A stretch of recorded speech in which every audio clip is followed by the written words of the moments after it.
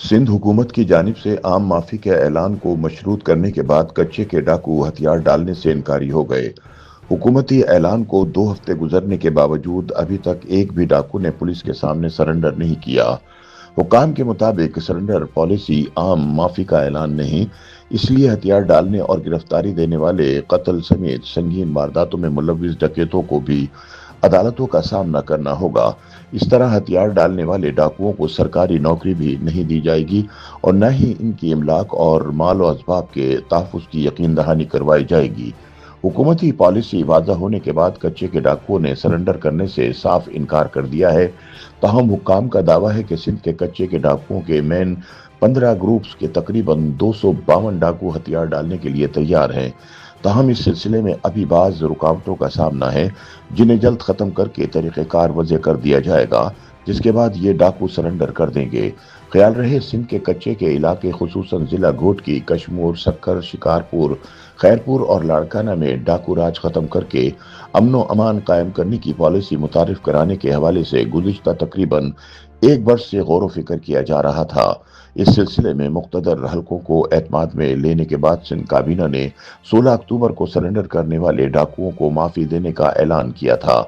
Surrender policy में वाज़े किया गया था कि हथियार डालने वाले डाकुओं के साथ कानून के तहत बर्ताव किया जाएगा। कोई भी इदारा डाकुओं के अहले खाना को हिरासा नहीं कर सकेगा और कच्चे के इलाके में तरक्याती काम तेज किए जाएंगे। हुकूमती ऐलान के बावजूद अभी तक किसी भी जिले से किसी एक डाकू की जानिब से हथियार डालने की इतलात सामने नहीं आई।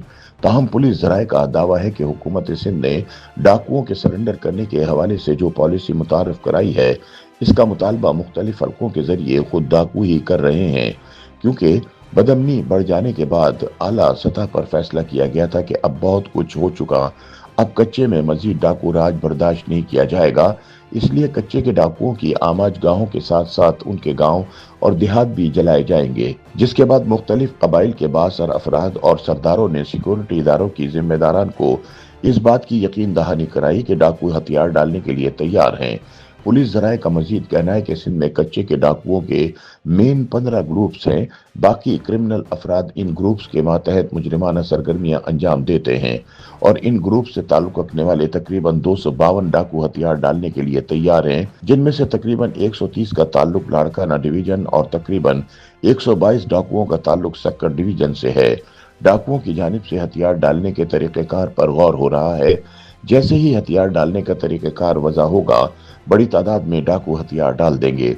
ज़राए के मुताबिक डाकुओं के हथियार डालने के हवाले से जल्द सिंध के ज़िला कशमूर में एक तकरीब मुनक्किद की जाएगी, जिसमें पुलिस और दीगर कानून नाफिज करने वाले इदारों के आला अफसरान मुताल्लिका कबायली सरदारों के सामने डाकू एक साथ हथियार डालकर अपने आप को कानून के हवाले करेंगे।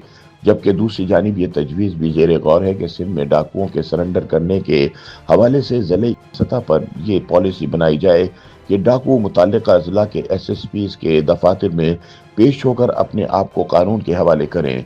ज़राए के मुताबिक इस सिलसिले में कुछ रुकावटें सामने आ रही हैं, जिन्हें जल्द दूर कर लिया जाएगा।